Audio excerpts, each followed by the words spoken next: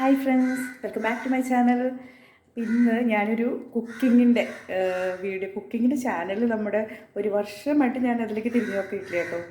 അതുകൊണ്ട് തന്നെ അത് തിരക്കുകളാണ്, ഇപ്പോൾ ഡ്രസ്സുകളുടെ തിരക്ക് അത് ഇതൊക്കെ ആയിട്ട്. അപ്പോൾ അതുകൊണ്ട് അത് ഒന്നും കൂടെ ഒന്ന് കുറച്ച് വീഡിയോസ് എനിക്കിഷ്ടം, എന്താ പറയുക, ഞാൻ ചെയ്യുമ്പോൾ എനിക്ക് ഇഷ്ടപ്പെടുന്ന റെസിപ്പീസിൻ്റെ വീഡിയോസ് ഇടാമെന്ന് വിചാരിച്ചിട്ട് കേട്ടോ.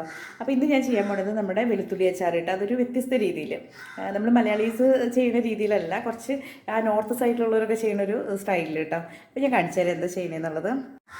അപ്പോൾ ഇതിൽ ഞാൻ ഒരു ടേബിൾ സ്പൂൺ പെരുംജീരകം, വലിയ ജീരകം, പിന്നെ ഒരു ടേബിൾ സ്പൂൺ തന്നെ നമ്മുടെ കൊത്തമല്ലിയില്ലേ, മല്ലി, അതുപോലെ തന്നെ ഒരു അര ടീസ്പൂൺ മുതൽ 1 ടീസ്പൂൺ വരെ ഇടാം, കുഴപ്പമില്ല. ഒരു ടീസ്പൂൺ ഉലുവ, പിന്നെ നമ്മുടെ വറ്റൽ മുളക് ഒരു 6-7 ഇട്ടിട്ടുണ്ട്. അപ്പോൾ ഇത് നന്നായി ഡ്രൈ ഫ്രൈ ചെയ്യാം.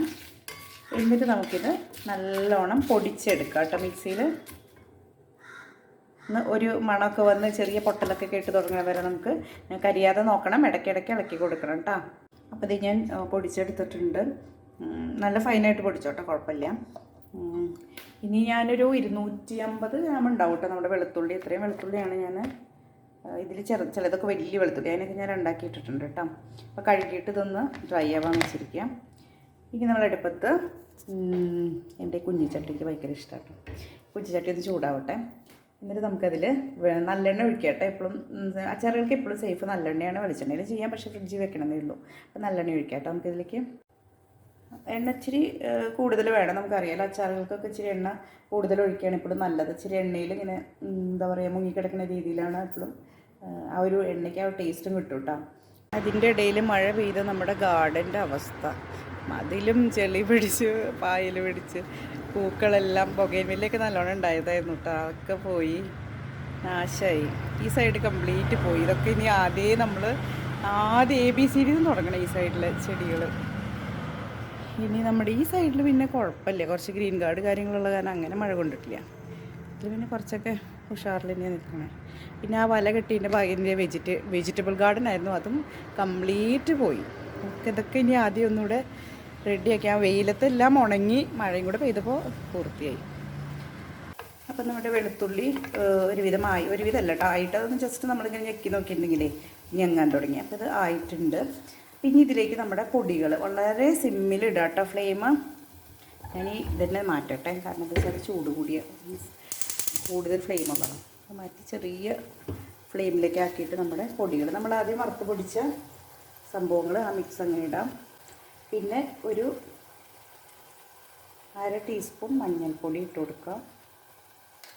പിന്നെ ഞാൻ കുറച്ച് കാശ്മീരി, നമ്മൾ ഓൾറെഡി മുളക് ഇട്ടിട്ടുണ്ട്, എന്നാലും ഞാൻ കുറച്ച് കാശ്മീരിയും കൂടെ ആഡ് ചെയ്യുന്നുണ്ട് കേട്ടോ. കാശ്മീരി ചില്ലി പൗഡറാണത്, അതൊരു 2 ടീസ്പൂൺ. അതിൻ്റെ ചെറിയ സ്പൂണാണ് കേട്ടോ, ടീസ്പൂണിൻ്റെ അത്ര ഇല്ല, അതാണ് ഞാൻ അത്ര ഇട്ടത്. ഒരു 1-1.5 ടീസ്പൂണൊക്കെ ഇട്ടാൽ മതി.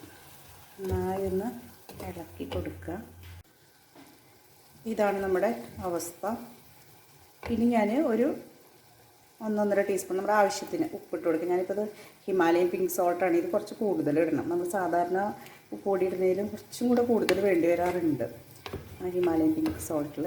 ഏറ്റവും നല്ലത് നമ്മുടെ കല്ലുപ്പ് ഇടാണ് കേട്ടോ. എന്നാൽ പിന്നെ അയഡിൻ്റെ പ്രശ്നങ്ങൾ അത് ഇതൊന്നുമില്ല.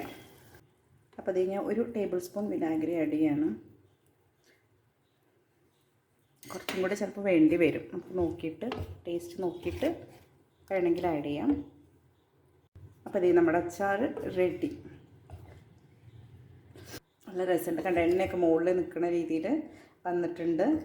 ഇനി ഇത് നല്ലോണം ആറിക്കഴിഞ്ഞിട്ട് നമുക്ക് നമ്മുടെ കുപ്പികളിലേക്ക് ആക്കി വയ്ക്കാം. ഇതിൽ ശ്രദ്ധിക്കേണ്ട ഒരു കാര്യം എന്താ വെച്ച് കഴിഞ്ഞാൽ, ഇപ്പം ഞാൻ എടുത്തത് ഒരു ടേബിൾ സ്പൂൺ വെച്ചല്ലേ എടുത്തത്.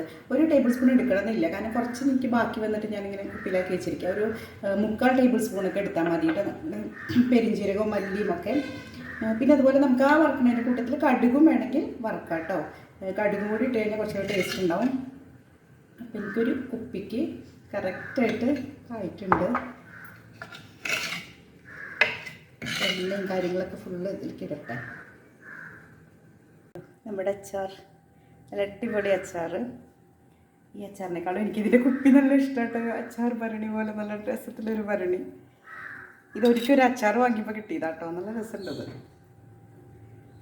അതുപോലെ പൊടിക്കുമ്പോൾ നല്ല ഫൈൻ പൗഡറായിട്ട് പൊടിക്കാൻ ശ്രദ്ധിക്കുക കേട്ടോ. നല്ല ഫൈനായിട്ട് പൊടിക്കണം എപ്പോഴും. അപ്പം ഇനി അടുത്ത വീഡിയോയിൽ കാണാം. Bye bye.